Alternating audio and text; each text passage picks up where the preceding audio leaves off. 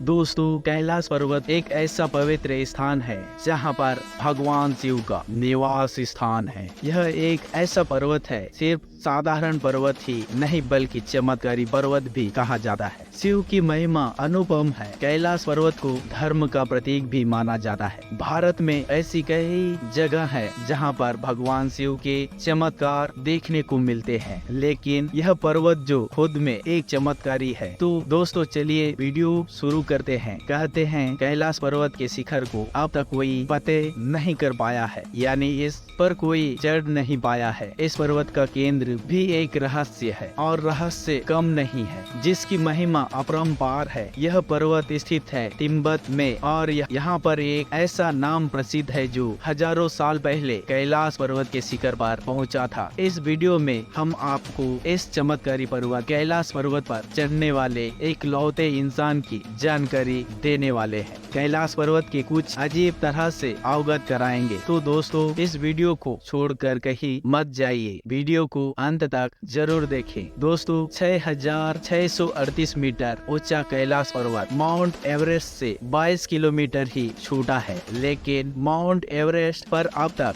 सैकड़ों लोग कर चुके हैं। इससे आपको कैलाश पर्वत के ऊपर चढ़ने वाले किसी इंसान का नाम नहीं मिलेगा। कैलाश पर्वत पर रहते हैं एक सिद्ध और सच्चा इंसान ही इस पर चढ़ सकता है, क्योंकि यह पर्वत अपनी महिमा कब और कैसे दिखाता है यह किसी को भी नहीं पता है। इस पर्वत का काफी महत्व है। ऐसे दो कारण और आपको ऐसे कई न कहीं मिलेंगे जिसने यह कारनामा किया हो। इसी कारण इसे जीवो पर्वत कहा जाता है, यानी विशेष जीता न जा सके। लेकिन जब आप तिब्बत के इतिहास को खोलना शुरू करेंगे तो आपको पता चलेगा कि एक अविश्वसनीय कई साल पहले तिब्बत के एक आध्यात्मिक संत ने ऐसा करके दिखाया था। जैसा मिलारेपा तिब्बत के आध्यात्मिक गुरु थे और उन्होंने गहन साधना करके ज्ञान हासिल किया था। आप और चमत्कारी शक्तियों से परिपूर्ण थे। कहते हैं कि महासंत मिलारेपा के गुरु थे, लेकिन बाद में यह मिलारेपा के शिष्य बन गए। जब मिलारेपा ने कैलाश पर्वत पर चढ़ाई की तो उनके साथ एक और आध्यात्मिक गुरु ने चढ़ाई शुरू की, लेकिन कैलाश पर्वत के लिए काफी ऊपर चढ़ने के बाद उस गुरु ने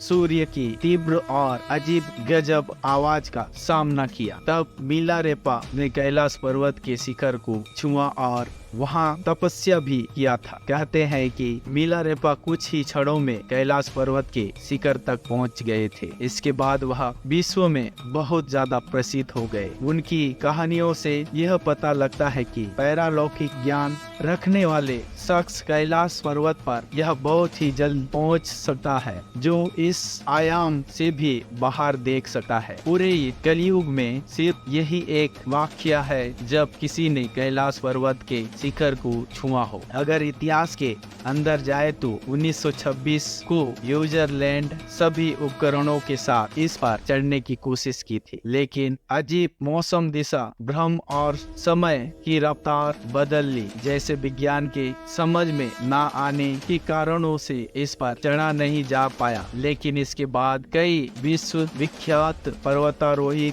इस पर चढ़ने की कोशिश करते रहे, लेकिन इस पर चढ़ा नहीं जा सकता। हर कोई अपने हट के कारण यहाँ आया तो, लेकिन कैलाश पर्वत की शक्ति के आगे नतमस्तक होकर रह गए। हर पर्वतारोही का एक्सपीरियंस एक जैसा ही रहा। इस पर्वत पर पैर रखते ही उसकी रफ्तार बदल जाती है, मौसम की रुकावट आने लगती है, हाथ और पैरों के नाखून ज्यादा तेजी से बढ़ने लगते हैं, दिशा भ्रम और तो उसका सामना करना हर किसी को भटका देता है। मौसम की भविष्यवाणी ना कर पाते हैं, पानी से एक अजर अमर पर्वत बना देता है। वैज्ञानिक इसके केंद्र से आ रहे हैं रेडियो एक्टिविटीज का पता अब तक नहीं लगा पाए हैं। आखिर वह क्या रहस्य है जो इस पर्वत के पीछे हर किसी को चढ़ने से रोकता है? आखिर कैसे मिलारेपा बाबा को यह ज्ञान जिससे वह इस विशाल कैलाश पर्वत पर कुछ ही क्षणों में पहुंच गए? महादेव को आदि योगी कहा जाता है, यानी उन्हें सबसे पहले